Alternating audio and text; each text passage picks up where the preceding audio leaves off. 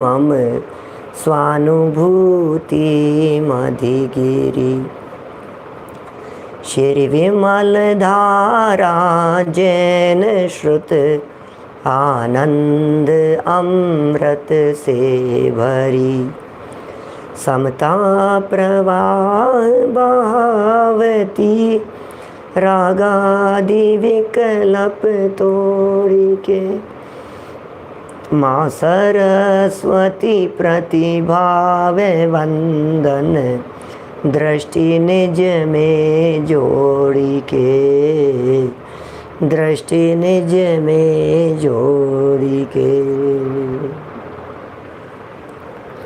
उत्तम क्षमा आदि 10 लक्षण धर्मों की आराधना हम बड़े धूमधाम से यहाँ कर चुके हैं और यद्यपि कल हम क्षमावाणी के ऊपर विशेष चर्चा भी आप लोगों के बीच में कर चुके हैं।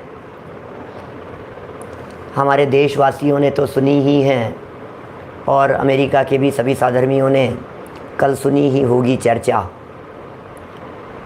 यहाँ भारत में क्षमावाणी पर्व आज सुबह भी बहुत धूमधाम से मनाया जा चुका है और उस प्रसंग पे भी मैंने चर्चा की है।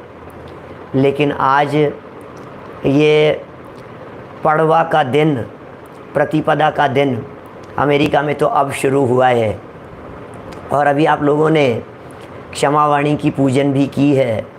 राजमल जी पवैया साहब द्वारा लिखी गई बहुत सुंदर पूजन थी।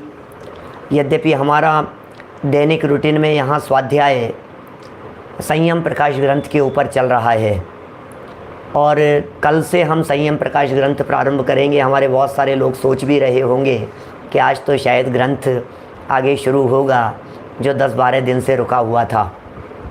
लेकिन अब चूँकि एक दिन आप लोगों को क्यों उस ग्रंथ से जोड़ा जाए, इसलिए आप लोग जिस धारा में अभी बह रहे थे उसी धारा में मैं भी आगे बढ़ता हूँ।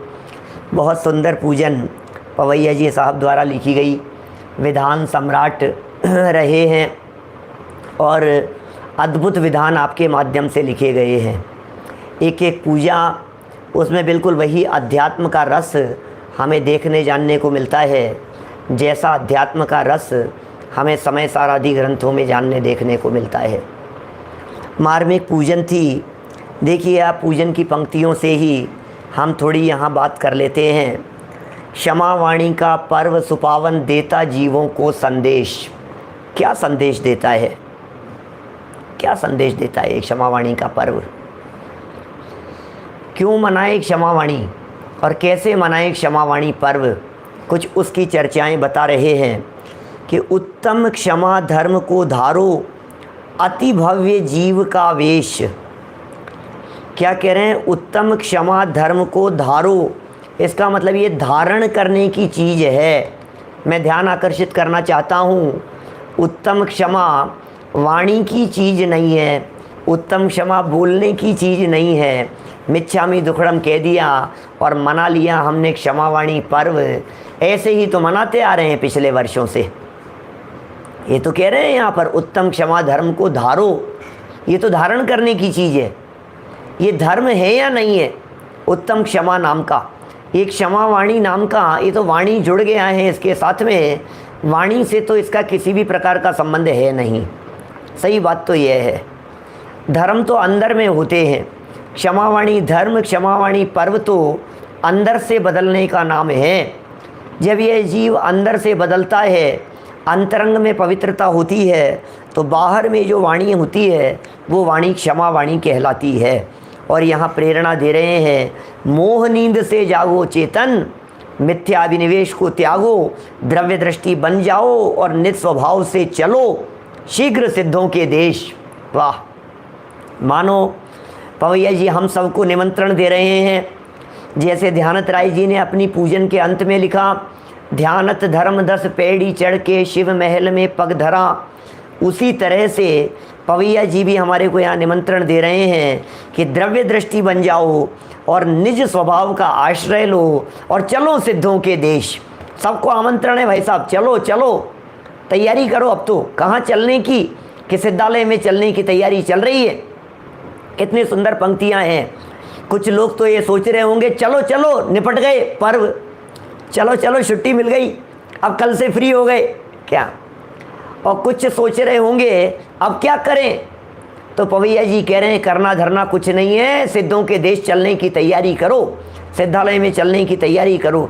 यदि 10 लक्षण पर्वों को अच्छे से मनाया होगा, यदि 10 लक्षण धर्मों को अपने हृदय में उतारा होगा, तो पवैया जी ये कहते हैं अब तुम्हारी यहाँ जगह नहीं है संसार में, क्योंकि संसार में तो क्रोधियों को जगह मिलती है, संसार में तो मानियों को जगह मिलती है, संसार में तो मायाचारियों को जगह मिलती है, संसार तो लोभियों का स्थान है, संसार तो मिथ्यात्वियों का स्थान है। और तुमने क्रोध, मान, माया, लोभ सब छोड़ दिए हैं, सब पर विजय प्राप्त करने के लिए कमर कस ली है। अब तुम्हें संसार में नहीं रहोगे, चलो सिद्धों के देश। कितनी सुंदर शब्दावली का यहाँ प्रयोग किया है, चलो शीघ्र सिद्धों के देश, सिद्धों के देश में चलो। तो साहब टिकट विकट करवाया कि नहीं सिद्धों के देश चलने के लिए? करवा लें। अतुल भाई क्या करें, सिद्धों के देश चलने के लिए टिकट वीज़ा क्या लगेगा वहाँ के लिए? ये कह रहे हैं भैया द्रव्य दृष्टि का वीज़ा लगता है वहाँ सिद्धों के देश जाने के लिए। कितने सुंदर शब्द हैं, द्रव्य दृष्टि का वीज़ा। कि साहब ये द्रव्य दृष्टि का वीज़ा कहाँ से लगेगा? बोले जिनवाणी के अवलंबन से और निज स्वभाव के पुरुषार्थ से। तो निज स्वभावी होकर, निज स्वभाव के पुरुषार्थ पूर्वक द्रव्य दृष्टि बन जाओ और सिद्धों के देश में चलो। ये सब भावना यहाँ भा रहे हैं कि क्या क्या करना पड़ेगा उसके लिए, कि वीज़ा के लिए फॉर्मेलिटी क्या क्या करनी पड़ेगी। बोले वीज़ा फॉर्मेलिटीज ये हैं कि क्षमा, मार्दव, आर्जव, सत्य, शौच, सत्य, इन सबको अपनाओ। ये वीज़ा फॉर्मेलिटीज़ है सिद्धों के देश जाने के लिए। बाहरी फॉर्मेलिटीज़, पेपर फॉर्मेलिटीज़ तो पूरी करनी ही पड़ेगी ना। तो क्या क्या करें, इन सब को अपनाओ और त्याग, तपस्या, आकिंचन्य, इन सब का पालन करते हुए ब्रह्मचर्यमय हो जाओ, ब्रह्मचर्यमय हो जाओ। और इतना ही नहीं, एक धर्म का यही सार है, समतामय ही बन जाओ। यही धर्मों का सार है। उत्तम क्षमा का सार क्या था? समतामय हो जाना। उत्तम मार्दव का सार क्या था? समतामय हो जाना। देखिए भाई साहब, क्षमा, मार्दव, आर्जवादी सभी धर्म समता भावमय होने का नाम है। यदि आप समता भावमय हो गए तो सब धर्म हो गए, और यदि आप समता भावमय नहीं हुए तो कोई धर्म नहीं होगा। इसका मतलब धर्म की शुरुआत समता से है, धर्म की वृद्धि में समता है, और धर्म की पूर्णता भी उस समता भाव में ही है। एक धर्म का सार यही है, समतामय ही बन जाओ और सब जीवों पर क्षमा भाव रख, स्वयं क्षमामय हो जाओ। वाह, सब जीवों के ऊपर क्षमा भाव, जैसे प्राणी मात्र के प्रति क्षमा भाव की भावना भा रहे हैं। जीव मात्र के प्रति क्षमा होती है, प्राणी मात्र के प्रति क्षमा होती है। कल भी आप लोग होंगे ही, कल मेरे को दिख नहीं रहे थे, मैं वहाँ दिल्ली से जब मैं चर्चा कर रहा था, मुझे पता नहीं लग रहा था आप लोग कौन बैठे हैं और नहीं हैं, क्योंकि सामने बहुत सारे लोग, सब लोग थे। बहुत ही बढ़िया। हाँ, मैंने एक एक जीव के बारे में चर्चा की, एक इंद्रिय, दो इंद्रिय, विकलेंद्रिय, इनके प्रति भी क्षमा। मैं नहीं कह रहा हूँ, हमारे वीतरागी संतों ने क्षमा की बात कही है। ये सब जीवों पर क्षमा भाव रख, क्षमा तो करो।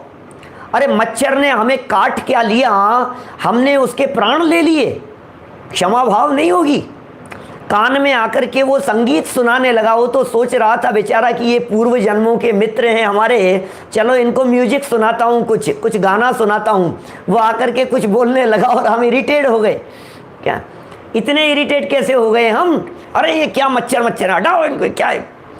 घर के नहीं, हमारा बस चले तो पूरे नगर के मच्छरों का सफाया कर देवे। भैया क्षमा तो धारो उनके प्रति। हमने भी कितने जन्म उन मक्खी मच्छरों के रूप में बिताए हैं सब जीवों के प्रति। और सब जीवों में दूसरे जीव तो दिखते हैं, सब जीवों में स्वयं जीव नहीं दिखाई देता है।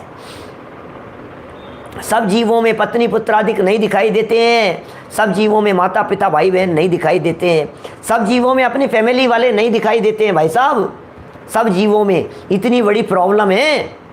ये कह रहे हैं सब जीवों पर क्षमा भाव रख, स्वयं क्षमा में हो जाओ। क्षमा धर्म की महिमा अनुपम अनुपम महिमा है, तीनों लोकों में गूंज रही है। क्षमा वाणी की जय जयकार। कैसे होती है ये क्षमा वाणी? बोले ज्ञाता दृष्टा हो जाओ, निर्मल उत्तम वेश को धारण करो, रागों से विरक्त हो जाओ, राग से विरक्त हो जाओ, दुख किंचित भी लेश मात्र भी नहीं होगा। राग से विरक्ति का नाम है भाई साहब क्षमा। द्वेष से विरक्ति तो सारा जगत कहता है, लेकिन राग से विरक्त होने की प्रेरणा ये पवैया जी जैसे विद्वान ही देते हैं। आप जहाँ राग करते रहेंगे वहाँ जरूर कहीं ना कहीं द्वेष का वातावरण बनेगा, कषाय का वातावरण बनेगा और क्षमा नहीं होगी। बहुत सुंदर पूजन लिखी है। इसके अष्टक में पवैया जी साहब ने निशंकित आदि अंगों की चर्चा की है। निशंकितपना सम्यक दृष्टि ज्ञानी जीव के, निकांक्षितपना सम्यक दृष्टियों के जीवन में, निर्विचिकित्सा, अमूढ़ दृष्टि, उपगूहन, स्थितिकरण, वात्सल्य, प्रभावना। आप देखेंगे अष्टक जो पूजन है पवैया जी साहब द्वारा लिखी गई, इस पूरी पूजन के अष्टकों में इन्हीं अंगों की चर्चा की है। और जरा मैं आप लोगों का ध्यान आकर्षित करना चाहता हूँ, बीच में जब हम निकांक्षितपने को देखते हैं, जब हम निर्विचिकित्सापने को देखते हैं, तो घृणा का भाव नहीं होना चाहिए। अब जिसके प्रति घृणा का भाव होता है वहीं क्षमा नहीं है। क्षमा करो इसको, मूड मत बनो। इसी तरह से उपगुहन और स्थितिकरण ये क्षमा वाणी के प्रसंग पर सटीक घटित होते हुए दिखाई देते हैं। ये दो अंग, इन दो अंगों की जितनी गहराई से चर्चा हो सकती है वो चर्चा कीजिए। इन दो अंगों के बारे में विचार कीजिए, स्थितिकरण के बारे में, उपगुहन के बारे में, वात्सल्य के बारे में। मैं तो कहता हूं स्थितिकरण, वात्सल्य, उपगुहन, फिर सच्ची प्रभावना, ये सब उत्तम क्षमा धर्म के धारण करने और पालन करने के लिए बेस होते हैं, आधार होते हैं। जिसके जीवन में उपगुहन नाम का अंग नहीं है वो क्षमा वाणी कैसे मनाएगा? कि साहब उपगुहन अंग तो सम्यक दृष्टियों के होता है। तो यही तो हम कहना चाह रहे हैं कि सच्ची क्षमा वाणी तो सम्यक दृष्टियों की होती है, क्योंकि वे उपगुहन जानते हैं। हमें उपगुहन नहीं आता, हम तो खींचते हैं गलतियों को, सामने वाले की गलतियों को रिपीट करते हैं बार बार में, और रिपीट करते करते जब वे खिंचती है तो फिर टूट जाती है। एक क्षण ऐसा आता है संबंध टूट जाते हैं, संबंध विच्छेद हो जाता है। उपगुहन करना सीखिए। कोई बात नहीं, हो गया होगा, कोई बात नहीं, छोड़िए उसे। ये बहुत बड़ी चीज़ है उपगुहन। मैं कभी कभी आपसी विवादों के निपटारे के संदर्भ में एक बहुत महत्वपूर्ण बात कहता हूँ। घर घर में विवाद किसके नहीं होते? बच्चों के साथ में, माता पिता के साथ में, पति पत्नी के बीच में विवाद किसके बीच में नहीं होंगे? और यदि विवाद नहीं होते हैं क्या, तो फिर इसका मतलब यह है कि कुंद कुंदाचार्य देव की गाथा झूठ हो जाएगी। क्या मतलब? नहीं समझ में आई। नियम सार में कुंद कुंदाचार्य देव यह कहते हैं, नाणा जीवा नाणा कम्मा। सुनिए गाथा, हमारे पूनम चंद जी छावड़ा साहब को बहुत प्रिय थी, बहुत बार लिया करते थे, स्मारक ट्रस्ट के मंत्री हुआ करते थे। नियम सार की गाथा, पद्यानुवाद बोलता हूँ। हे जीव नाना कर्म नाना लब्धि नाना विधि कहे, अतएव वर्जित वाद है निज पर समय के साथ भी। वर्जित वाद, वाद विवाद नहीं दूसरों के साथ में। क्यों नहीं? क्योंकि दो व्यक्तियों के आपसी विचार, दो व्यक्तियों का आपसी चिंतन, दो व्यक्तियों का आपसी तालमेल हो ही नहीं सकता। ये कुंद कुंदाचार्य देव कह रहे हैं। बहुत से लोगों को शिकायत रहती है, हमारे तो विचार ही नहीं मिलते, पंडित जी क्या बतलाएं, हमारी तो किस्मत ही खराब है, हमारे तो आपसी विचार ही नहीं मिलते हैं, ये अलग दिशा में चलते हैं, हम अलग दिशा में चलते हैं, अब ऐसे कैसे चलेगा बतलाओ। तो कुंद कुंदाचार्य देव कह रहे हैं दो व्यक्तियों के विचार मिल ही नहीं सकते हैं। दो व्यक्ति जिनकी शादी हुई है, दो व्यक्ति जो पिता पुत्र हैं, दो व्यक्ति जो भाई भाई हैं, वे व्यक्ति अलग अलग जगह से आए हैं ना। यदि अलग अलग जगह से आए हैं भूतकाल में उनका जन्म अलग अलग जगह पर था, वर्तमान में यहाँ साथ में आ गए। दोनों का अपना अपना कर्म का उदय है, दोनों के अपने अपने वर्तमान परिणाम हैं, दोनों का फ्यूचर अपना अपना है, दोनों को मर कर के अलग अलग गतियों में अलग अलग जगह पर चले जाना है। एक जैसे कैसे होंगे बतलाओ? दो जुड़वा व्यक्तियों के विचार भी एक जैसे नहीं होते। हर व्यक्ति यूनिक ही हुआ करता है, हर व्यक्ति का फिंगरप्रिंट अलग है, आंखों का रेटिना अलग है। क्या फेस लॉक से खुल जाता है आपका मोबाइल सामने, ये देखा, ये खुल गया, बंद हो गया, एक बार देखना इधर, देखा हमने, खुल गया, बस ठीक है बस कोई बात नहीं। ये क्या दिखा रहे थे कि कुछ नहीं, लॉक खोलना था आपके मोबाइल का, फेस लॉक से खुल जाता है। इसका मतलब वो हमारी आंखें पढ़ लेता है। क्या कंप्यूटर हमारी आंखें पढ़ लेता है। हर व्यक्ति की यूनिक है हर चीज, हर बाल यूनिक है, ये साइंस प्रूव कर रही है। ये बात तो डीएनए से पता लग रहा है। हमारा बाल का डीएनए और आपके बाल का डीएनए अलग अलग है ना, दोनों का, दोनों के बाल एक जैसे हो नहीं सकते हैं। तो हर चीज, जब बॉडी के पार्ट, हमारे नाखून, हमारी उंगलियां, हमारे फिंगरप्रिंट्स, सब कुछ यदि अलग अलग है, हमारी भाषा अलग है, आवाज़ अलग है, शब्द अलग निकल रहे हैं, हमारा वजन सबका अलग अलग है, तो विचार सबके अलग अलग हों, तो इसमें कौन से आश्चर्य की बात है। और जिनवाणी ये कहती है कि यदि विचार अलग अलग हैं तो लड़ाई करने की ज़रूरत नहीं है। अतएव वर्जितवाद है निज पर समय के साथ भी। निज समय और पर समय, यहां समय माने आत्मा, मैं आत्मा और आप आत्मा, और किसी तरह का विवाद नहीं। सहज स्वीकार करो भैया, उपगूहन नाम का एक अंग कहा गया है। उपगूहन, कोई बात नहीं, कोई बात नहीं, इन्होंने कह दिया, इनके ये विचार है, ये स्वतंत्र है अपने विचार रखने के लिए, ये स्वतंत्र है अपनी बात कहने के लिए। हर व्यक्ति अपनी अपनी बात कहने के लिए स्वतंत्र है। लड़ाई करने की जरूरत नहीं है, वाद विवाद करने की जरूरत नहीं है, झंझट करने की जरूरत नहीं है। जो बात जैसे कही गई है उसे शांत भाव से स्वीकार कर लीजिए, बस। इसका नाम है उपगूहन। बहुत बड़ी चीज है उपगूहन। किसी से गिलास फूट गया, किसी से ने अपशब्द कह दिया, कोई बहुत ज़्यादा बिगड़ गया, कोई बहुत ज़्यादा आकुलित हो रहा है, रोज़ाना टेंशन के माहौल बनते हैं घर में, परिस्थितियाँ इस तरह की बनती है। इसको हमने कहा था काम करने के लिए, मानता ही नहीं है, ये सुनता ही नहीं है। उपगूहन करो भैया, उपगूहन, कोई बात नहीं, ज़्यादा उछालने की ज़रूरत नहीं है, उसे छोड़िए। मैं हमेशा एक बात कहता हूँ, इतना ज़रूर आप संकल्प लेने का प्रयास कीजिए कि हम हमारे विवाद, झगड़े और नाराज़गी के ऊपर रात नहीं फिरने देंगे। क्या समझ में आ रही है बात? रात नहीं फिरने देंगे। वो संस्कार बन जाता है, वो धारणा में चला जाता है।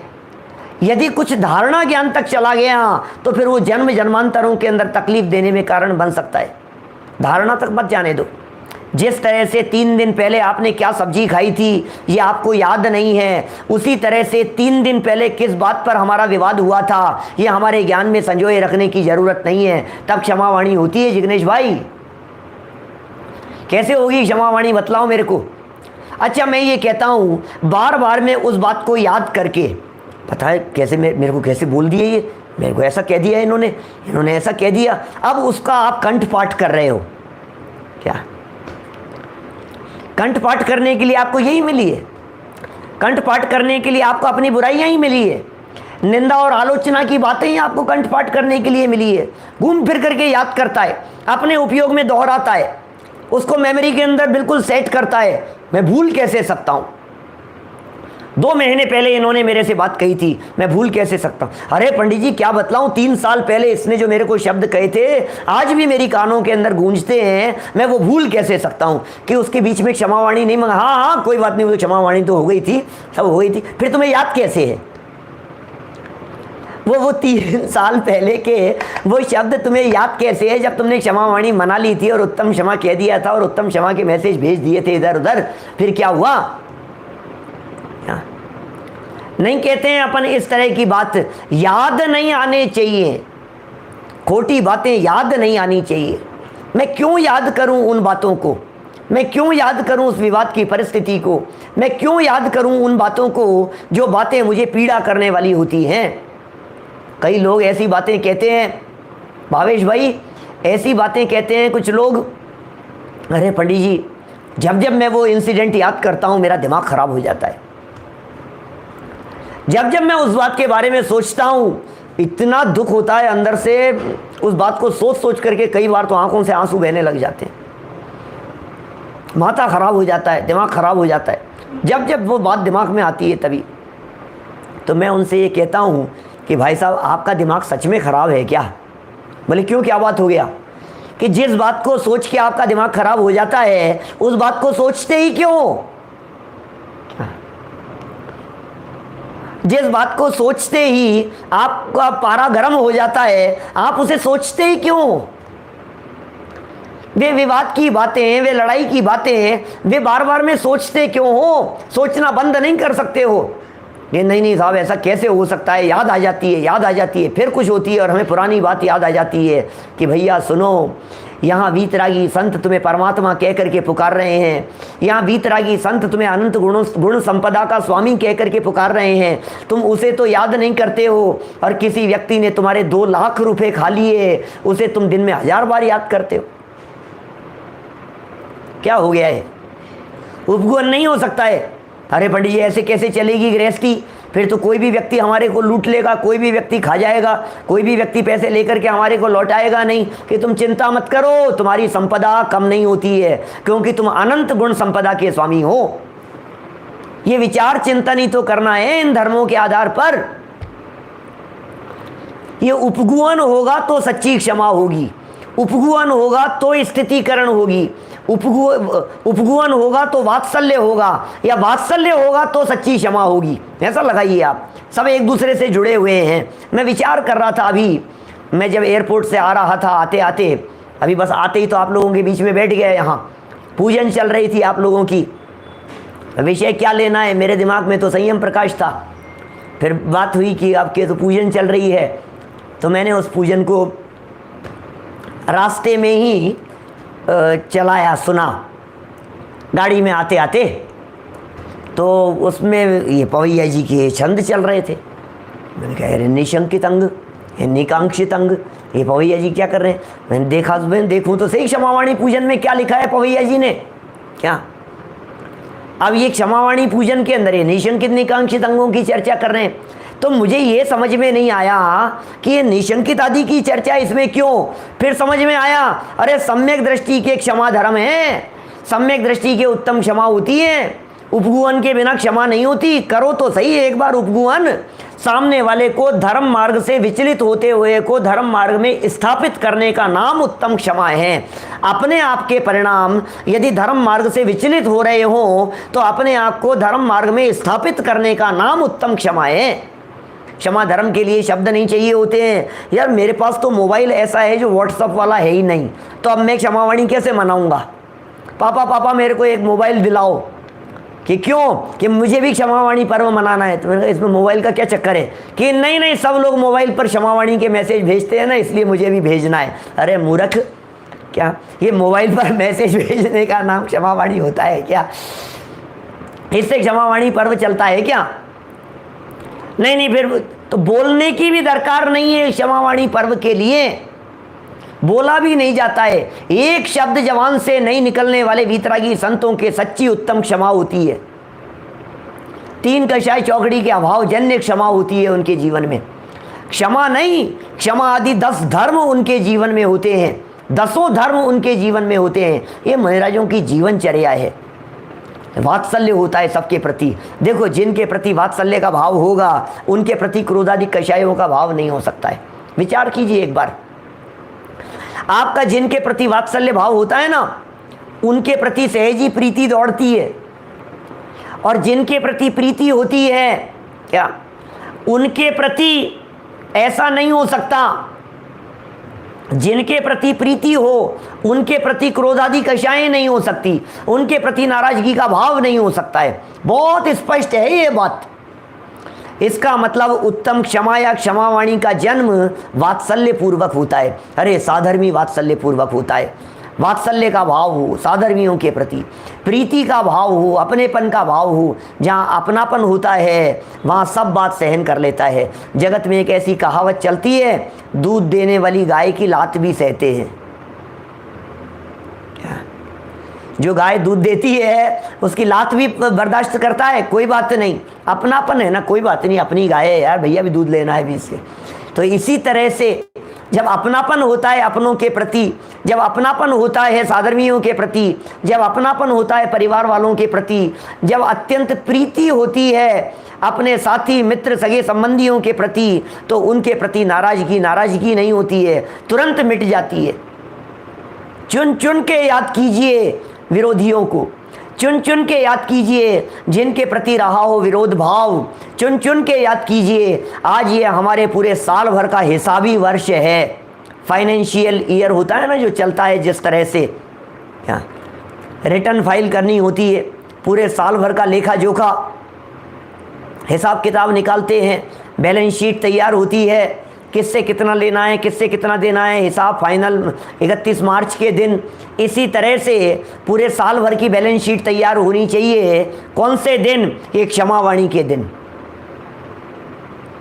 क्या पूरे साल भर की बैलेंस शीट तैयार कीजिए और बराबर कीजिए उसको, क्या, और फिर उसको टैली करना है। एक एक व्यक्ति शांति से आज बैठ करके रात को विचार करना, कौन कौन व्यक्ति ऐसे हैं जिन व्यक्तियों को मैंने पूरे साल भर में क्या क्या अपशब्द नहीं कहे हैं।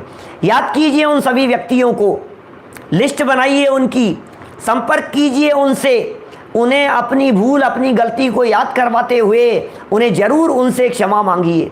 जिनके प्रति हमारे हृदय में किसी भी तरह का विरोध का भाव आया हो, उनसे ज़रूर क्षमा मांगिए।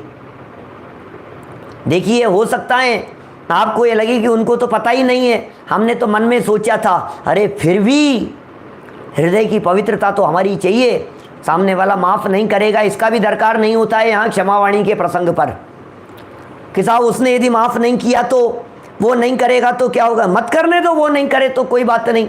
अच्छा बतलाइए, मुझे मोक्ष जाने के लिए क्या ये ज़रूरी है कि सामने वाला मुझे क्षमा करे? यदि सामने वाला क्षमा नहीं करेगा तो मेरा तो मोक्ष रुक जाएगा। भैया प्लीज़ यार क्षमा कर दो ना यार। क्या क्या भाई साहब, चंद्र कुमार जी साहब, क्षमा करो ना यार, प्लीज़ क्षमा कर दो।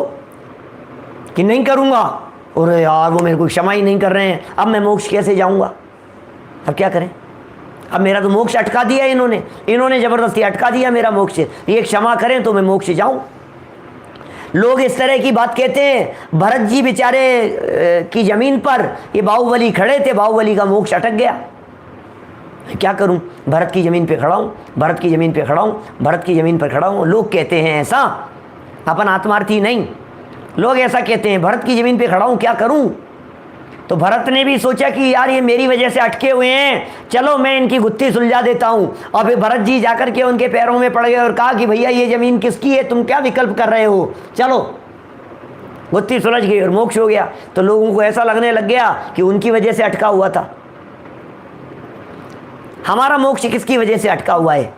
किसी दूसरे की वजह से अटका हुआ नहीं है। अरे क्षमा मांगना और क्षमा करना ये सब स्वाधीन क्रिया है, इसमें परतंत्रता का काम नहीं है। मैं एक बात कहता हूं, बहुत महत्वपूर्ण बात कहता हूं, ध्यान दीजिएगा।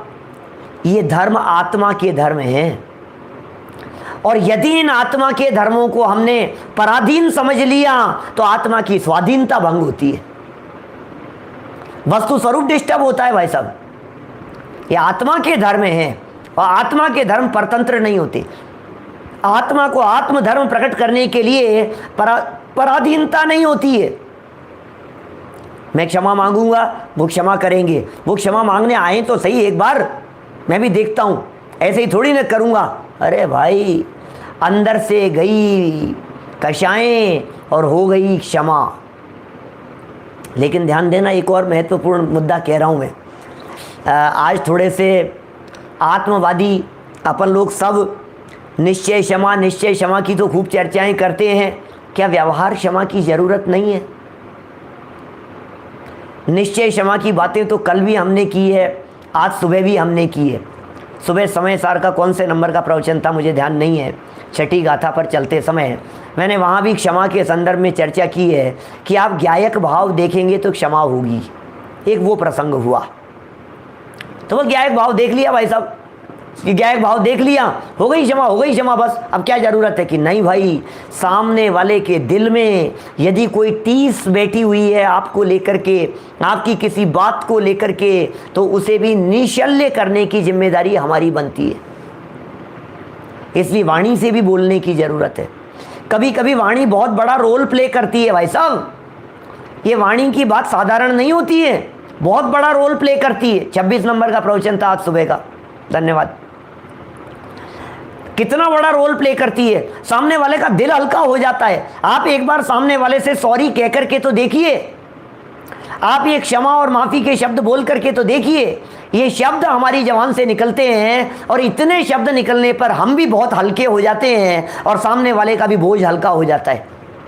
पता है आज क्या किया वहाँ ऑडिटोरियम में, शाह ऑडिटोरियम के अंदर सुबह दिल्ली में जहाँ प्रोग्राम था, क्या अतुल भाई, वहाँ प्रोग्राम करते हुए प्रोग्राम के बीच में सबको खड़ा किया, सास बहू को खड़ा किया, और सास बहू जो सास बहू यहाँ आई हुई हो वे सब खड़े हो जाएं और सब एक दूसरे के गले लगें। क्या सबको भी वहाँ ऑडिटोरियम के अंदर खड़े करके गले लगाया, सास बहू को गले लगाया, फिर देवरानी जिठानी को गले लगाया, क्या फिर हस्बैंड वाइफ को गले नहीं लगाया लेकिन हस्बैंड वाइफ जो थे उन्हें खड़ा करके और उन्हें एक दूसरे के आगे हाथ जुड़वाए और उत्तम क्षमा कहलवाए। सारी सभा ऐसा भर गया, पूरा हॉल, 700 लोग थे करीब वहां हॉल में, सब खड़े होकर के क्षमा मांगेंगे। मांगो तो सही जरा पति पत्नी आपस में एक दूसरे से क्षमा, वो तो हम जिम्मेदारी ही नहीं समझते हैं। वैसे तो हम समझते हैं कि नहीं नहीं, इनके ऊपर गुस्सा करने का तो हम लाइसेंस लेकर के आए हैं, जैसे क्या इनके ऊपर क्रोध करने का तो हमारे को पूरा अधिकार है, राइट है। अरे नहीं भाई, ये तो बात जो है ना, ये बहुत विचारणीय है, गंभीर मुद्दे हैं थोड़े से। क्या सबसे ज़्यादा यदि झगड़ा किसी के साथ में करते हैं तो अपने स्पाउस के साथ में करते हैं। क्या सबसे ज़्यादा यदि मनमुटाव होता है, क्योंकि जिनके साथ में रहेंगे उन्हीं से तो झगड़ेंगे, पड़ोसी से झगड़ने थोड़ी ना जाएंगे। अभी मुझे झगड़ा करना है तो मैं झगड़ा करने के लिए कहाँ जाऊँगा बताओ, कि जो सामने दिखेगा उसी से करूँगा। क्या जो दिखेंगे उन्हीं से करेंगे ना झगड़े, कोई बात तो नहीं, लड़ लेना, झगड़ लेना, विवाद कर लेना, तू मैं कर लेना, लेकिन मेरी इतनी सी क्लिप निकाल करके कहीं व्हाट्सएप फेसबुक पे मत डालना कि पंडित जी ने कहा था लड़ लेना, झगड़ लेना, विवाद कर लेना। आगे सुनो पूरी बात, इसको लेकर के मत बैठे रहना। क्या इसके ऊपर रात नहीं फिरने देना। समझ में आ रही है बात? रात बीतने के पहले पहले मैं इस कषाय लड़ाई और विवाद से निपटारा करके ही सोऊंगा, उसके पहले नहीं सोऊंगा। क्या रोज का हिसाब रोज करो जी, सीधी सी बात है। क्या साल भर बाद में यदि हिसाब मिलाने की कोशिश करोगे हिसाब मिलेगा नहीं। कैश बुक, रोकड़, भाई सारे हिसाब रोज लिखते हो कि नहीं लिखते हो? व्यापारी वर्ग से पूछता हूं, उल्लास भाई जोवालिया जी, बोलो क्या करते हो आप तो सब छोड़ छाड़ के बैठे हो, लेकिन करते थे तब भी क्या करते थे? अरे मंदिर का भी हिसाब हो, पैसे का भी हिसाब हो, लेन देन का हिसाब हो, रोज का रोज हिसाब होता है तब बराबर रहती है बात। यदि रोज का हिसाब रोज नहीं करो और महीना भर हो जाए तो हिसाब मिलता नहीं है फिर, और साल भर लगा दो तब तो गई भैंस पानी में, फिर तो कुछ नहीं होगा। क्या इसलिए साल भर के चक्कर में अटकने की जरूरत नहीं है, रोज का हिसाब रोज निपटा दो भाई साहब, रोज निपटाओ, आज का आज निपटाएंगे। क्या जब जब मैं तत्वार्थ सूत्र महाशास्त्र के अवग्रह या अवय धारणा वाले प्रकरण के ऊपर बोलता हूं तो जरूर यह बात कहता हूं कि आपकी धारणा ज्ञान में ये बातें नहीं जानी चाहिए। यदि धारणा ज्ञान में चली गई, कषाय की बातें धारणा ज्ञान में चली गई तो वो बैर का रूप धारण कर लेंगी। धारणा ज्ञान में यदि गई है ना तो फिर वो बैर बन जाएगी। फिर वो दादा ने लिखा धर्म के 10 लक्षण में, जब यह क्रोध लंबे समय तक पड़ा रहता है तो ये बैर में कन्वर्ट हो जाता है। क्रोध के आचार को, क्रोध के मुरब्बे को बैर कहते हैं। जब क्रोध सड़ जाता है, पड़ा पड़ा महीने 2 महीने 6 महीने का हो जाता है जब वो क्रोध, तो वो क्रोध बैर में बदल जाता है। और जब वो बैर में बदल जाता है तो फिर तो क्या होगा समझिए आप। यदि वो क्रोध बैर में बदल गया तो फिर भव भवंत, फिर जब वो याद आएगा निकल करके धारणा में बैठ गई ना आपके, धारणा का बहुत बड़ा हेतु है। जब हम बालबोध पाठमालाएं पढ़ते हैं और पढ़ाते हैं तब हम एक बात जरूर यह बात कहते हैं, उठते ही पहले नमोकार मंत्र बोलना, रात को सोते समय नमोकार मंत्र बोल करके सोना। इसका मतलब क्या है बोलो निरुपम भाई? जब ये बात कहते हैं हम कि रात को सोते समय नमोकार मंत्र बोल करके सोना, तो इसका मतलब क्या है? वीतराग भाव से सोना।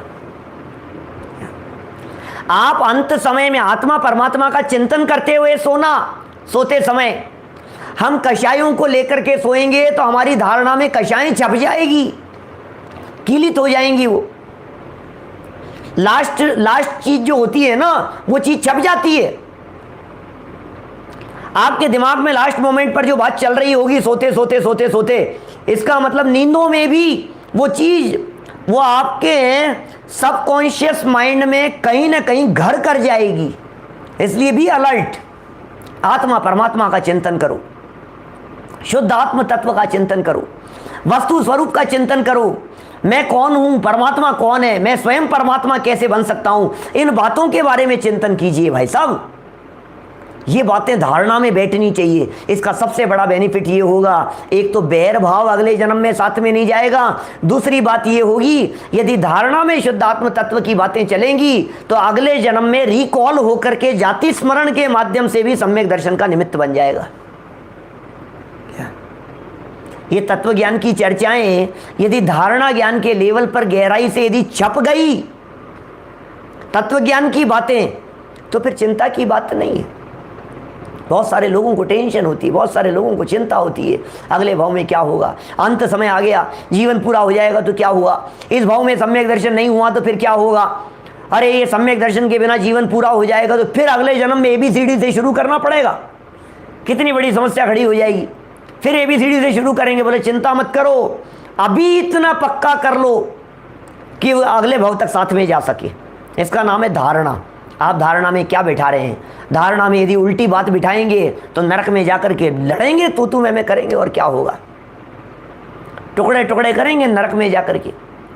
और यदि धारणा में यदि अच्छी बात बैठी होगी, क्या बोलो, धारणा में यदि सच्ची बात बैठी हुई होगी, धारणा में यदि अच्छी बात बैठी हुई होगी, धारणा में यदि बात अंदर तक चले गई होगी, चक्रेश जी साहब, क्या यदि अंदर तक ये बात चले गई है तो बोले हमको कछु भाई नारे, कोई बात नहीं है, यहाँ नहीं तो अगले भाव में सही, जब होगा हो जाएगा। बात तो बैठ गई है ना कि सच्ची बात तो यही है।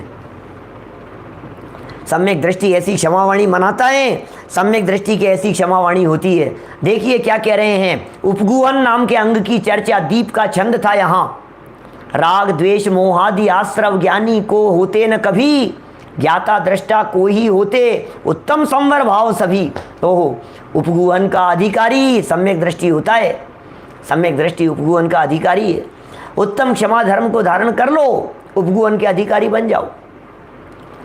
इसी तरह की बात स्थितिकरण के अंदर कही, जो उन मार्ग छोड़कर निज को निज में स्थापित करता, ये स्थितिकरण है, निज को निज में स्थापित करता, उन मार्ग को छोड़ करके ये क्षमा धर्म का धारी होगा।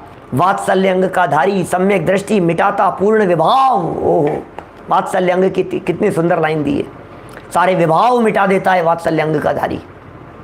सर्व विभाव मिट जाए, सारी विभाव परिणति मिट जावे, ये बात यहाँ कह रहे हैं। एक एक बात बहुत ऐसी लगती है, विचार चिंतन करते रहो भैया, और कुछ नहीं, सिर्फ विचार के लिए है ये तत्व ज्ञान, विचार के लिए मिला है, जिनवाणी माँ विचार के लिए मिली है। और सच में देखो, अभी और बात कहूँ आपसे, हमने एक इंद्रियों से क्षमा मांगने की बात कही, हमने 2 इंद्रिय आदि से क्षमा मांगने की बात कही, हमने विकलत्रय और त्रियंचों से क्षमा मांगने की बात कही। कल हमने छिपकली को भी याद किया था, आप कॉकरोच को भी याद कर लीजिए, क्या आप खटमल मकड़ी जो हो उन सबको याद कर लीजिए, उन सबके प्रति विराधना की है, सबसे क्षमा मांगने की बात कर ली। और आगे बढ़े, परिवार के लोगों के साथ में क्षमा मांगने की बात कर ली हमने। सुनो, हमने वीराधना सच्चे देव की भी कम नहीं की है, हमने वीराधना जिनवाणी की भी कम नहीं की है, हमने वीराधना सच्चे गुरुओं की भी कम नहीं की है। जब हम भगवान महावीर स्वामी की सुनते नहीं हैं तो महावीर स्वामी की कितनी वीराधना करते हैं। रोज तो मिथ्या दृष्टि जी वीराधना कर रहा है जिनवाणी की, देव शास्त्र गुरु की। क्या वीराधना नहीं कर रहे हैं हम? रोजाना हो रही है ना हमारे माध्यम से वीराधना। ये जिनवाणी की वीराधना नहीं कर रहे हैं हम। महावीर की सुनते ही नहीं है, महावीर की मानते ही नहीं है। श्री महावीर स्वामी की तुमने ना एक भी मानी, ऐसे लिखी है पवैया जी ने शांति विधान में पंक्तियां। भगवान महावीर को तो मानते हैं लेकिन भगवान महावीर की नहीं मानते हैं। तो उनको मानने से काम नहीं चलेगा, उनकी मानने से काम चलेगा, लेकिन उनकी मानी नहीं। अब फिर कहते हैं क्षमावाणी क्षमावाणी। अरे भाई, हे प्रभु क्षमा करो, हे वीर प्रभु, हे वीर प्रभु जी क्षमा कीजिए। पूजन कर ली साहब हमने, विधान कर लिया, ये शांति पाठ क्या चीज़ है? ये क्षमापना पाठ क्या है?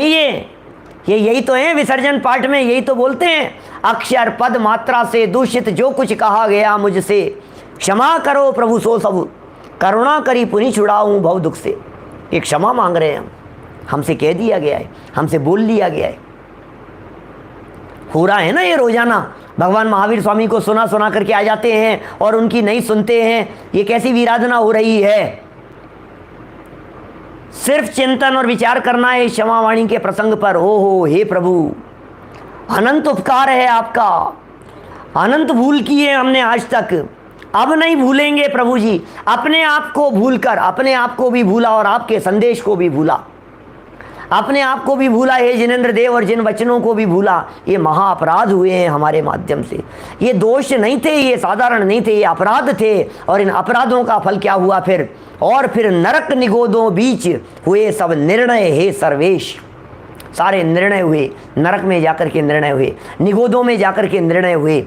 नरक निगोद में नहीं जाना हो तो अब संभलना पड़ेगा हमारे पुण्य पाप के भाव। आगे पूरी पूजन के अंदर इसी तरह की बात कही है। आगे चल करके तो ये जो पूजन की जयमाला है ना, इस जयमाला के अंदर तो अलग अलग प्रकार के व्रतों की चर्चा कर ली हमने। पूरे महीने में कौन कौन से व्रत मनाए बोलो? रत्नत्रय पर्व कितने दिन का?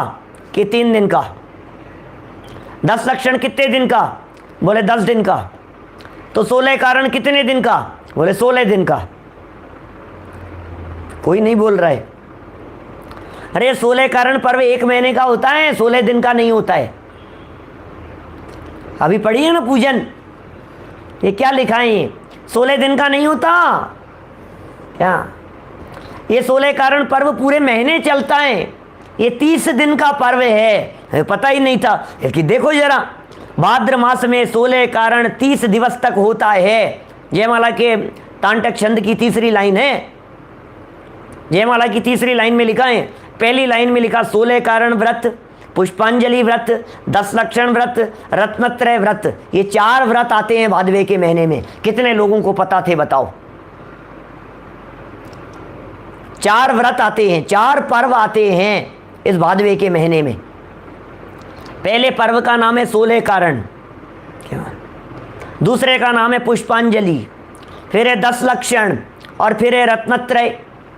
क्या ये पुष्पांजलि व्रत क्या होता है ये बतला रहे हैं यहाँ। शुक्ल पक्ष में 10 लक्षण, नहीं कहाँ आ गई लाइन? पुष्पांजलि दिन 5 पंचमी से नवमी तक होते हैं। पंचमेरु की पूजा की जाती है पुष्पांजलि व्रत के अवसर पर। 5 दिन का होता है, पंचमी से लेकर के दशमी तक होता है। 16 कारण पर्व 30 दिन का होता है, ये पुष्पांजलि 5 दिन का होता है।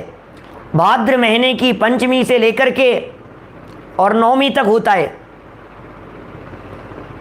और 10 लक्षण पर्व पंचमी से 14 तक होता है। और रत्नत्रय पर्व कब कब का होता है बोलो? रत्नत्रय पर्व कब कब का है? तो रत्नत्रय पर्व आता है 13 के दिन, चतुर्दशी के दिन और पूर्णिमा के दिन। भाद्र मास के अंतिम 3 दिवस ये रत्नत्रय व्रत कहलाता है। रत्नत्रय व्रत पूर्ण होते हैं पूर्णिमा के दिन। पूर्णिमा है ना, तो पूर्णाहुति होती है उस दिन पूर्णता की प्राप्ति होती है। सम्यक दर्शन, सम्यक ज्ञान और सम्यक चारित्र का दिन होता है ये तीसरा दिन। 13 का दिन कहलाता है सम्यक दर्शन का, चतुर्दशी का दिन कहलाता है सम्यक ज्ञान का, और पूर्णिमा का दिन कहलाता है सम्यक चारित्र का। ये रत्नत्रय पर्व भी है। कल अपने रत्नत्रय पर्व पूर्ण हो गए। क्योंकि कभी कभी ऐसा भी लगता होगा कि साहब जब 10 लक्षण धर्मों की आराधना पूर्वक ही एक क्षमा रूपी वाणी निकली है, तो फिर 11वें दिन ही क्यों नहीं हो गई? ये एक दिन का गैप देकर के अगले दिन को क्षमा वाणी क्यों मनाया गया? प्रश्न नहीं उठता है क्या? पंचमी से 14 तक हमने 10 लक्षण पर्व मना लिए, और हम ये कह रहे हैं 10 लक्षण पर्वों की आराधना करने के फलस्वरूप हमारे परिणाम भीग गए, और भीगे हुए परिणामों के अंदर जब वाणी निकली तो वो क्षमा वाणी हो गई। तो फिर तो 11वें दिन मनाया जाना चाहिए था ना अतुल भाई, पूर्णिमा के दिन मनाया जाना चाहिए था ना। ये एकम के दिन क्यों मना रहे हैं? ये प्रतिपदा के दिन क्यों मना रहे हैं? ये क्षमा वाणी पर्व एक दिन का गैप क्यों दे दिया? ये गैप नहीं दिया है, एक्चुअल में पूरा हुआ ही नहीं था। 10 लक्षण तो पूरे हो गए थे, लेकिन रत्नत्रय तो चल रहे थे। क्या है ना, 10 लक्षण तो 14 के दिन पूरे हो गए, लेकिन रत्नत्रय तो अभी पूरे नहीं हुए ना। तो जब रत्नत्रय की पूर्णता होती है पूर्णिमा के दिन, उसके बाद में आकंठ भर जाते हैं। रत्नत्रय की पूर्णता के बिना ये तत्व ज्ञान से आकंठ पूरी तरह से भरता नहीं है, और जब तक यहां तक पूरी तरह से नहीं भरेगा तब तक यहां से कैसी वाणी निकलेगी?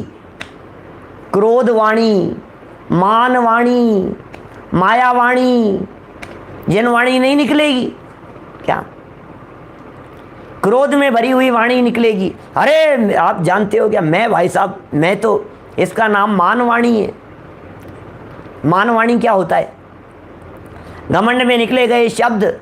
इसी तरह की माया वाणी, क्या इसी तरह की लोभ वाणी, ये सब निकलती है। और क्या करें, अंदर में जब क्षमा भरी हुई होगी तो क्षमा वाणी निकलेगी। अंदर में मार्दव भरा हुआ होगा तो मार्दव वाणी निकलेगी। अंदर में यदि आर्जव भरा हुआ होगा तो आर्जव वाणी निकलेगी। अरे जिसके भीतर जो भरा होगा वही तो निकलेगा। तो 10 लक्षण धर्मों में क्या भरा है आपने? ये रत्नत्रय पर्व के माध्यम से क्या भरा है हमने? कि जो भरा है वही निकलेगा। चलिए, ये सब व्रतों की इन्होंने चर्चा कर ली, और आश्विन कृष्ण एकम के दिन, प्रतिपदा के दिन क्षमा वाणी पर्व होता है। क्षमा को जो अपने अंदर में धारण करता है उस श्रावक को मोक्ष मार्ग होता है। साल में 3 बार आते हैं ये सारे पर्व, चैत्र में, माघ में और भादों में। और फिर आगे चल करके कुछ ऐसे विरोधाभास की चर्चाएं की कि जिनवाणी को पढ़ पढ़ करके भी उनके अर्थ को यथार्थ नहीं समझा। ये जिनवाणी का किया अपमान। जिनवाणी कह रही थी तुम शुद्ध हो, तो हम अशुद्ध कहने लगे।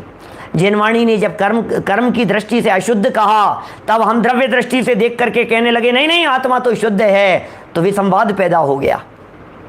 ये जिनवाणी की विराधना से यदि बचना हो, सच्ची क्षमा यदि जिनवाणी से मांगनी हो, तो सच्ची क्षमा तभी संभव है जब जिनवाणी की बात को जिनवाणी के अभिप्राय के अनुसार समझा जाए, तब जिनवाणी से क्षमा होती है सच्ची। स्यादवाद रूप क्षमा होती है भाई साहब, स्यादवाद का भाव, विरोध का भाव नहीं। ओहो, ये जिनवाणी लड़ना नहीं सिखाती है, ये जिनवाणी विरोध नहीं सिखाती है, ये जिनवाणी विवाद नहीं सिखाती है, निर्विवादी रहना सिखाती है। इसलिए हर विवाद का हल हो सकता। सारे इसी तरह निश्चय, व्यवहार, बैलेंस वगैरह की बात कही। रोजाना प्रतिक्रमण करो, आगे चल करके इस तरह की लाइनें दी है। मोक्ष मार्ग से बहुत दूर रहे हैं आज तक, भव अटवी में भटके हैं। प्रतिक्रमण और प्रतिसरण 8 याम होने चाहिए, निरंतर होना चाहिए। कहीं जिनागम में इनको विषकुंभ कह दिया गया हो क्या? कभी इनको विषकुंभ कह दिया गया हो तो आत्म स्वभाव में रमणता की प्रेरणा दे रहे हैं। बहुत बहुत बातें कह दी इन्होंने। वाक जाल में नहीं उलझे, कषायों में नहीं उलझे, निज अनुभव का रसास्वादन करें। जरा देखिए नीचे उतरते उतरते क्या लिखा है। निज स्वभाव के सन्मुख हो जा, पर से दृष्टि हटा नादान, पूर्ण सिद्ध पर्याय प्रकट कर, आज अभी पाले निर्वाण। ओहो, आज अभी निर्वाण की प्राप्ति कर ले। ज्ञान चेतना सिंधु स्वयं तू है, स्वयं अनंत गुणों का राजा है। त्रिभुवनपति है, सर्वज्ञ है, ज्योतिर्मय है, चिंतामणि है, स्वयं चेतन है, स्वयं चिद्रूप है। यह उपदेश श्रवण कर हे प्रभु मैत्री भाव हृदय धरूं। वाह क्या पंक्तियां हैं। ये बीच की 5-7 पंक्तियां पढ़ दी मैंने अभी। ये मैत्री का भाव, प्रमोद का भाव, करुणा का भाव, वात्सल्य का भाव, ये सारे भाव। सत्वेषु मैत्री सामयिक पाठ की पंक्तियां हैं, अमित गति आचार्य द्वारा लिखी गई। सत्वेषु मैत्री गुणिषु प्रमोदम क्लिष्टेषु जीवेषु कृपा परत्मम माध्यस्थ भावम विपरीत वृत्तौ सदा ममात्मा विदधास्तु देवे। क्या ये माध्यस्थ भाव रखो, समता भाव रखो हमेशा। मुमुक्षु मंडलों में, आयोजनों में नहीं करेंगे विवाद। ले लीजिए संकल्प, हमारी तरफ से विवाद नहीं बढ़ेगा। हम विवाद को बढ़ाने का काम नहीं करेंगे, हम विवाद को निपटाने का काम करेंगे। सच्ची क्षमावाणी पर्व आज से जीवन भर मनाएंगे। हम कभी विवाद बढ़ाने का काम नहीं करेंगे, हम हमेशा विवाद को निपटाने का काम करेंगे। हमारे घर में विवाद नहीं होगा, हमारे मंदिर में विवाद नहीं होगा, हमारे मुमुक्षु मंडल में विवाद नहीं होगा, हमारे साधर्मियों में विवाद नहीं होगा, समाज में विवाद नहीं होगा। ले लीजिए जरा ये संकल्प, किसी बात में नहीं उलझेंगे, किसी बात में नहीं लड़ेंगे, स्यादवाद से कुछ रास्ता निकालेंगे। क्या स्यादवादी बन करके, जो अनेकांतवादी नहीं है वो नियम से आतंकवादी है। हम आतंकवादी नहीं, हम अनेकांतवादी बनेंगे, हम अनेकांतवादी बनेंगे, हम स्यादवादी बनेंगे। हर विवाद का निपटारा, घर घर में झगड़े हो रहे हैं, परिवारों में झगड़े हो रहे हैं, कुटुंब में झगड़े हो रहे हैं, मंदिरों में झगड़े हो रहे हैं, मुमुक्षु मंडलों में झगड़े हो रहे हैं, मंडल टूट रहे हैं, आपस में विवाद हो रहे हैं। नहीं, हम उस विवाद का हिस्सा नहीं बनेंगे, हम उस विवाद को बढ़ने नहीं देंगे, हम उस विवाद की चर्चा को आगे नहीं बढ़ाएंगे, हम उस विवाद की चर्चा को आगे बढ़ने की कोशिश ही नहीं। एक झटके से तोड़ दो इसको, नहीं, नो ऑब्जेक्शन, कोई बात नहीं, हमें विवाद नहीं करना है। हिसाब सामने वाला मानने को तैयार नहीं हो तो कोई बात नहीं, हम मान जाएंगे। विवाद नहीं करना है हमारे को, समझ रहे हैं क्या आप? कि नहीं साहब मानने को तैयार नहीं, हम कैसे मान जाएं, हम ही क्यों झुके, हम ही क्यों माने, कि मोक्ष किसको जाना है ये नक्की करो, क्षमा धर्म को किसको अपने जीवन में उतारना है ये नक्की करो। कि मुझे यदि अपने जीवन में उतारना है तो दुनिया की दुनिया जाने यार, भगवान के ज्ञान में झलक रही है, जो होना होगा होगा यार, मुझे क्या लेना देना है। ये मनुष्य जीवन, ये तत्व ज्ञान मुझे आत्म कल्याण के लिए मिला है, विवादों के लिए नहीं। विवादों के अंदर मैंने अपना समय बर्बाद कर दिया, कितना समय मैंने विवादों के अंदर बिता दिया है। नहीं झगड़ेंगे हम, क्या मुमुक्षु आपस में नहीं झगड़ेंगे, दिगंबर आपस में नहीं झगड़ेंगे, 20 पंथी 13 पंथी आपस में नहीं झगड़ेंगे, दिगंबर श्वेतांबर आपस में नहीं झगड़ेंगे। अरे क्यों झगड़ेंगे हम, ये बताओ। ये तत्व ज्ञान हमारे को मिल गया है, अब तो झगड़ा निपटाएंगे ना हम। कि नहीं साहब ये झगड़ा तो निपट ही नहीं सकता है, थोड़ा वो अपना धर्म छोड़ देवे, थोड़ा हम अपना धर्म छोड़ देवे। अरे जिसे तुमने अपना समझ रखा है वो अपना धर्म है ही नहीं। अपना धर्म तो वो है जो कभी छूटता नहीं है, वो धर्म करो ना। जितने विवाद हैं वो सब बाहर के विवाद हैं, जितने झगड़े हैं वो सब बाहर के झगड़े हैं। बाहर से देखना बंद करो और अंदर से देखो। अंदर से अपने आप को जब गायक देखते हैं तो सारे झगड़े मिट जाते हैं। ये जैन धर्म विवादों के लिए नहीं मिला है, ये जैन धर्म तो हमारे को मिला है विवादों के निपटारे के लिए। कोई विवाद नहीं, मुझे झगड़ा नहीं चाहिए। हस्बैंड वाइफ में झगड़ा हो गया, मुझे झगड़ा नहीं चाहिए, मुझे तो करना ही नहीं है। तुम कर लो, अकेले कर लो, लकड़ी लेकर के लड़ दो, मुझे नहीं लड़ना है, खत्म हो गई बात। जिम्मेदारी किसकी है बतलाओ। समझदार व्यक्ति को समझाया जाता है। आप लोग सब मेरे सामने आए हैं, समझदार से दिख रहे हैं सबके चेहरे, इसलिए मुझे भाव आया इस तरह की बात कहने का। सब समझदार दिख रहे हैं, मुझे सब में ये पात्रता दिखाई दे रही है कि क्षमा से अपने जीवन का श्रृंगार कीजिए। ये मुझे सब में दिखाई दे रही है दशा। आपके जीवन में क्षमा धर्म का पालन होगा, आपके जीवन का अभिन्न अंग बन जाएगा ये क्षमा। और क्षमा धर्म का अंग नहीं, सारे धर्म आपके जीवन में प्रकट होंगे और अल्पकाल में आप सिद्धालय में जाकर के विराजमान होंगे। मुझे आपका सबका फ्यूचर दिखाई दे रहा है, सारे साधर्मियों का फ्यूचर दिखाई दे रहा है। अरे हमें तो सिद्धालय में जाकर के विराजमान होना है, हमें क्या करना है इस कमरे के चक्कर में लड़ करके।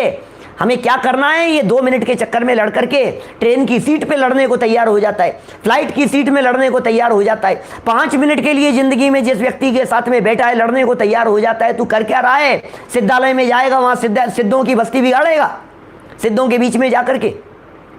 ऐसा नेचर रहेगा तो भैया सिद्धों की श्रेणी में यदि जाना हो तो यहाँ जो स्थापना का छंद इन्होंने कहा था पवैया जी साहब ने, उसे याद कर लीजिएगा। ये कह रहे हैं सिद्धों के देश यदि चलना हो तो द्रव्य दृष्टि का वीजा लेकर और निज स्वभाव के साधन और प्रक्रिया के माध्यम से हम सब सिद्धालय में जा सकते हैं। हम सब स्वभाव से देखें दूसरों को भी और स्वभाव से देखें अपने आप को भी, और ऐसी सच्ची समझ पूर्वक सच्ची क्षमावाणी मनावें। इसी भावना से मैं बात को यहीं विराम देता हूँ।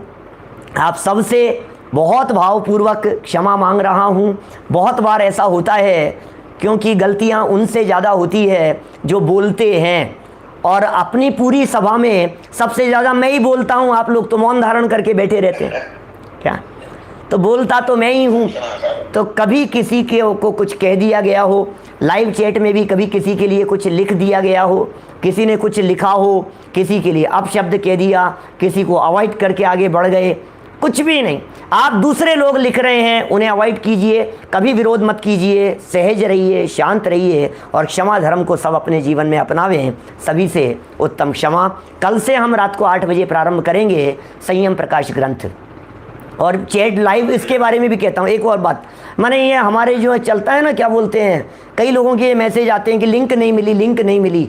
तो मैं कह चुका हूँ कोशिश करेंगे यथासंभव ग्रुप के ऊपर लिंक डालने की, लेकिन आप सबकी जिम्मेदारी है यदि आपको कोई बात अच्छी लग रही है तो उसकी लिंक आगे फॉरवर्ड करने की, दूसरों को बतलाने की। समय सार अभी कुछ दिन पहले ही शुरू किया है, प्रातःकाल 9:20 इंडिया टाइम के हिसाब से चलता है। 2 टाइम तो बिल्कुल नियमित चलेगा ही चलेगा, और दोपहर में 2:30 बजे जो चलता है वो भी फ़िलहाल तो चल रहा है ना। तो यथा समय लाभ लेते रहें। रात को 10 बजे भी जो पारस पर चलता है वो भी यथावत चलता रहेगा। अतुल भाई आप कुछ कह रहे हैं? बहुत बढ़िया संजीव जी। हाँ। वैसे हम आज अपन सभी परस्पर क्षमा के लिए आज विपिन जी के प्रवचन के बाद 10 मिनट रखेंगे, लेकिन संजीव जी चूँकि आप नहीं होंगे तो मैं मेरे से, चारों से और हम सब की ओर से जाने अनजाने में जो भी गलती हुई है उसके लिए क्षमा चाहता हूँ। क्षमा, मैं भी क्षमा चाहती हूँ। सबसे सुन रहा हूँ। उत्तम क्षमा। उत्तम क्षमा। उत्तम क्षमा।